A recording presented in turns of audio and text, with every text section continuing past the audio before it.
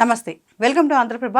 నేను మనస్విని. తమిళనాడు టీవీకే అధ్యక్షుడు విజయ్ తాడో పేడో తేల్చుకోవడానికి సిద్ధమవుతున్నారా? తనను కాదని ఇతర పార్టీలను బల నిరూపణకు గవర్నర్ ఆహ్వానిస్తే రాజీనామాకు సిద్ధం కానున్నారా? అదే జరిగితే రాష్ట్రపతి పాలన తప్పదా?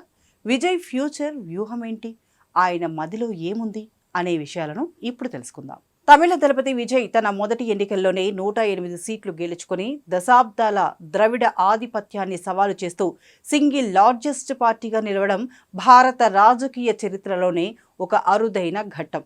అయితే విజయ్ సాధించిన ఈ విజయం ఇప్పుడు ఒక సంక్లిష్టమైన సవాలును ముందుకు తెచ్చింది. 234 సీట్లున్న అసెంబ్లీలో మెజార్టీకి కావలసిన 118 మార్కును టీవీకే కేవలం 6 సీట్ల దూరంలో నిలిచిపోయింది. కాంగ్రెస్కు చెందిన 5 ఎమ్మెల్యేలు మద్దతు ప్రకటించడంతో టీవీకే బలం 113కి చేరినప్పటికీ ప్రభుత్వం ఏర్పాటు చేయడానికి అవసరమైన మ్యాజిక్ ఫిగర్ ఇంకా అందనంత దూరంలోనే ఉంది.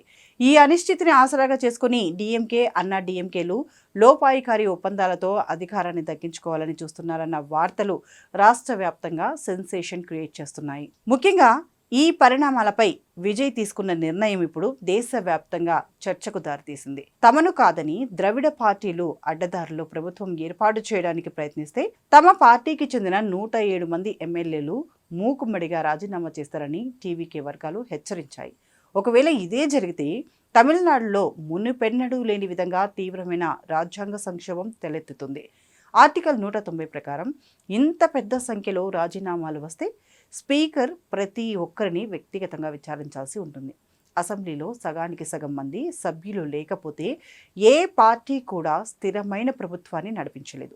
దీనివల్ల రాష్ట్రంలో రాజ్యాంగ యంత్రాంగం విఫలమైందని గవర్నర్ నివేదిక ఇస్తే కేంద్రం రాష్ట్రపతి పాలన విధించక తప్పదు. అప్పుడు అసెంబ్లీ రద్దై కేవలం 6 నెలల వ్యవధిలోనే మళ్ళీ ఎన్నికలకు వెళ్లాల్సి ఉంది. అప్పుడు అసెంబ్లీ రద్దై కేవలం 6 నెలల వ్యవధిలోనే మళ్ళీ ఎన్నికలకు వెళ్లాల్సి వస్తుంది. అంటే 107 స్థానాలకు ఉప ఎన్నికలు నిర్వహించడం ఒక రకంగా మినీ జనరల్ ఎలక్షన్తో సమానం. మరోవైపు విజయ్ వ్యూహం చాలా స్పష్టంగా కనిపిస్తుంది.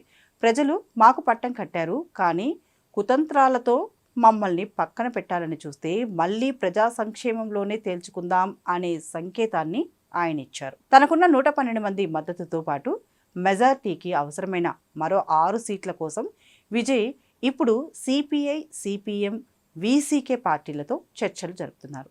ఈ పార్టీలు మద్దతు ఇస్తే విజయ్ అలవోకగా సీఎం పీఠాన్ని అధిరోహించవచ్చు. కానీ గవర్నర్ రాజేంద్ర విశ్వనాథ్ ఆర్లేకర్ మాత్రం మెజార్టీ నిరూపించకపోవడానికి గట్టి ఆధారాలు కోరుతున్నారు.